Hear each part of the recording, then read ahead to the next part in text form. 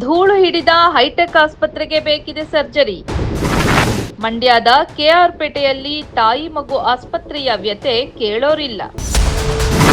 2 ವರ್ಷದಿಂದ ಕಾಮಗಾರಿ ಮುಗಿದಿದ್ರೂ ಕೂಡ ಇಲ್ಲಿವರೆಗೂ ಅದು ಓಪನ್ ಆಗಿಲ್ಲ.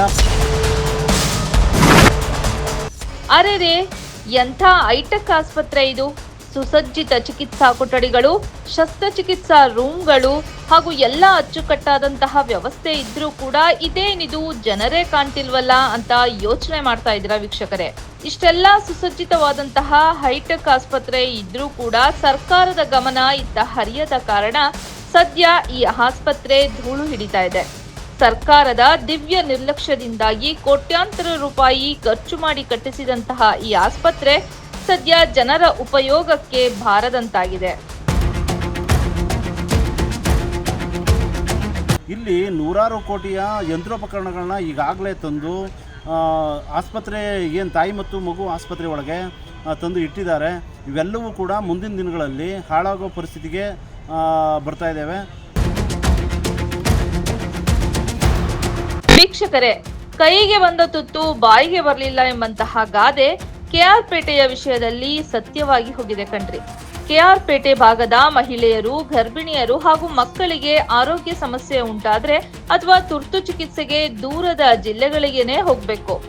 ತಕ್ಷಣದ ಚಿಕಿತ್ಸೆಗೂ ಕೂಡ ಇಲ್ಲಿನ ಜನತೆ ಪರದಾಡಬೇಕಾದಂತಹ ಪರಿಸ್ಥಿತಿ ಇದೆ. ಹಾಗಾಗಿ ಇಲ್ಲೊಂದು ತಾಯಿ ಮಕ್ಕಳ ಆಸ್ಪತ್ರೆ ನಿರ್ಮಾಣವಾಗಬೇಕು ಎಂಬುದು ಈ ಭಾಗದ ಬಹುದಿನಗಳ ಬೇಡಿಕೆ. ಆಗ ಯಡಿಯೂರಪ್ಪ ಅವರು ಮುಖ್ಯಮಂತ್ರಿಯಾಗಿದ್ದಂತಹ ಸಮಯದಲ್ಲಿ ಜನರ ಬೇಡಿಕೆಗೆ ಮಣಿದು 50 ಬೆಡ್ಗಳ ತಾಯಿ ಮಗು ಹೈಟೆಕ್ ಆಸ್ಪತ್ರೆಯನ್ನ ಮಂಜೂರು ಮಾಡಿದ್ರು. ನಮ್ಮ ತಾಲೂಕಿನ ಮಗನಾದಂತಹ ಯಡಿಯೂರಪ್ಪನವರು, ಸನ್ಮಾನ್ಯ ಯಡಿಯೂರಪ್ಪನವರು ಅವರ ಅಧಿಕಾರ ಅವಧಿಯಲ್ಲಿ ನಮ್ಮ ತಾಲೂಕಿಗೆ ಒಂದು ಕೊಡುಗೆಯನ್ನು ನೀಡಿದರು. ಒಂದು ತಾಯಿ ಮತ್ತು ಮಗು ಎನ್ನುವ ಆಸ್ಪತ್ರೆಯನ್ನು ನಮಗೆ ವರದಾನವಾಗಿ ಕೊಟ್ಟಿದ್ದರು. ಸನ್ಮಾನ್ಯ ನಾರಾಯಣಗೌಡರು ಕೂಡ ಅವರಿಗೆ ಬೆಂಬಲವಾಗಿ ನಿಂತು ತಾಲೂಕಿನಲ್ಲಿ ಒಂದು ಉತ್ತಮವಾದ ವ್ಯವಸ್ಥೆ, ಆಸ್ಪತ್ರೆ ವ್ಯವಸ್ಥೆ ಇರಲಿ ಮತ್ತು ತಾಯಿ ಮತ್ತು ಮಕ್ಕಳ ಸಾವನ್ನು ನಾವು ರಾಜ್ಯಾದ್ಯಂತ ನೋಡ್ತಾ ಇದ್ದೋ. ಇದನ್ನು ಕಡಿಮೆ ಮಾಡೋಕ್ಕೋಸ್ಕರ ನಮ್ಮ ತಾಲೂಕಿನಲ್ಲಿ ಒಂದು ತಾಯಿ ಮತ್ತು ಮಗು ಆಸ್ಪತ್ರೆಯನ್ನು 27 ಕೋಟಿ ಹಣವನ್ನು ವ್ಯಯ ಮಾಡಿ ಇಲ್ಲಿ ತಾಲೂಕಿಗೆ ತಂದರು. ಹೀಗೆ ಮಾಜಿ ಸಿಎಂ ಯಡಿಯೂರಪ್ಪನವರು ತಮ್ಮ ಹುಟ್ಟೂರಿಗೆ ಮಂಜೂರು ಮಾಡಿದ್ದ ಹೈಟೆಕ್ ಆಸ್ಪತ್ರೆಯನ್ನ ಸುಮಾರು 27 ಕೋಟಿ ರೂಪಾಯಿ ವೆಚ್ಚದಲ್ಲಿ ನಿರ್ಮಾಣ ಮಾಡಲಾಗಿದೆ. ಇದರಿಂದ ಇನ್ನಾದ್ರೂ ಕೆಆರ್ ಪೇಟೆ ತಾಲೂಕಿನ ಮಹಿಳೆಯರ ಬವಣೆ ತಪ್ಪಿತಲ್ಲ ಅಂತ ಅಂದ್ಕೊಳ್ಳುವಾಗ್ಲೇ ಆಗ್ಲೋ ಈಗ್ಲೋ ಆಸ್ಪತ್ರೆ ಉದ್ಘಾಟನೆ ಆಗತ್ತೆ ಅಂತ ಕಾದಿದ್ದೇ ಬಂತು. ಆಸ್ಪತ್ರೆ ಕಟ್ಟಿ ವರ್ಷ ಕಳೀತಾ ಇದ್ರೂ ಇನ್ನೂ ಸರ್ಕಾರದ ಗಮನ ಮಾತ್ರ ಇತ್ತ ಹರಿದಿಲ್ಲ.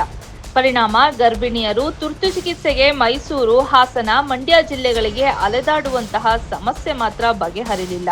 ಪ್ರಾರಂಭವಾಗಿಲ್ಲ. ಯಾಕೆ? ಇದು ಏನಾದರೂ ಸರ್ಕಾರದಿಂದ ಏನಾದರೂ ಇದಕ್ಕೆ ಅಡೆತಡೆಗಳಿದೆಯಾ ಅಥವಾ ಸರ್ಕಾರವೇ ಇದಕ್ಕೆ ಉದ್ದೇಶಪೂರ್ವಕವಾಗಿ ಏನಾದರೂ ಅಡೆತಡೆ ಮಾಡ್ತಾ ಇದೆಯಾ? ಅದಲ್ಲದೆ ಸ್ಥಳೀಯ ಶಾಸಕರಲ್ಲಿ ಏನಾದರೂ ಕೊರತೆ ಇದೆಯಾ? ಅವ್ರಿಗೇನಾದರೂ ಇಚ್ಛಾಶಕ್ತಿ ಇಲ್ವಾ? ದಯವಿಟ್ಟು